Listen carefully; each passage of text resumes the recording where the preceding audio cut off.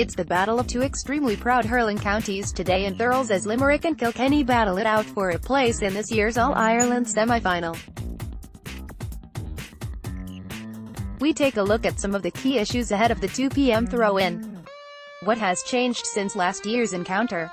Kilkenny and Limerick played out a thrilling game in Nowlan Park last year, and it proved to be the battle of youth and enthusiasm versus experience and coolness, with the latter edging it. Limerick were still finding their feet under John Keeley, with a team largely comprised of members from the talented U21 setup. The more experienced members of the Kilkenny squad killed off their challenge in the closing stages. This year, however, Limerick are older and wiser, although they still retain the majority of that team, whereas there has been much change in the Kilkenny camp with a rotation of players. Limerick have looked a much more composed and efficient outfit this summer, and they will be itching to get another crack at Kilkenny.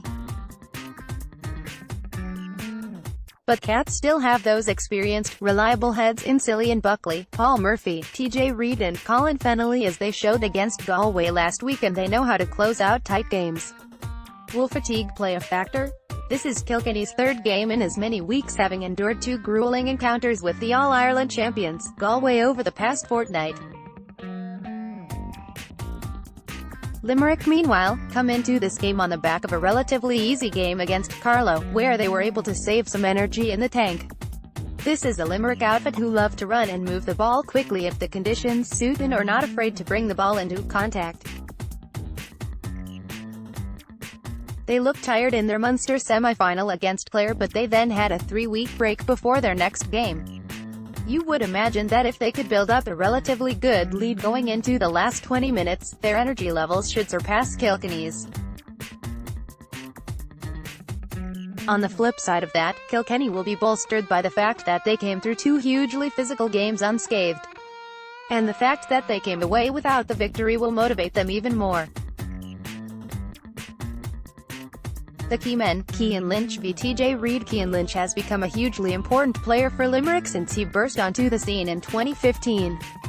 Although he didn't have as much of an impact as he would have liked over the past 2 seasons, since his deployment in the middle of the field, he has become their main playmaker. He has shown great intelligence, skill and delivery, and his name has already been mentioned on the All-Star Team of the Year.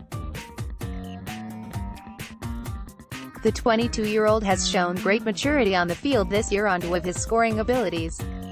We've said it a number of times this summer, TJ Reid remains Kilkenny's most important player, not just for the scores he racks up, but for his experience and level-headedness among a relatively young forward pack. Many have been critical of Kilkenny's over-reliance on the Ballyholly Shamrocks man because of the way Cody has set up his team around him. He is the player that drags them out of trouble and keeps them in contention when the game is slipping away. There aren't enough superlatives in the world to describe his current form.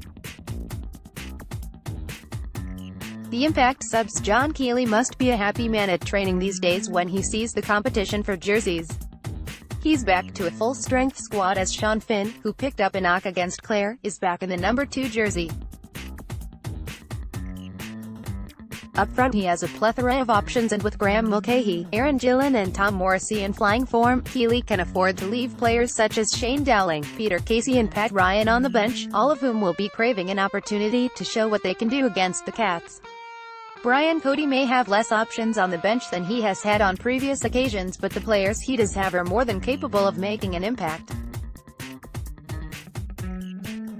In reserve he has the likes of Richie Hogan, Liam Blanchfield and John Donnelly, who can easily swing a game. Their defense will have their hands full with the Limerick forwards, so going into the closing stages of the game, they will need to call upon whatever gives them an edge.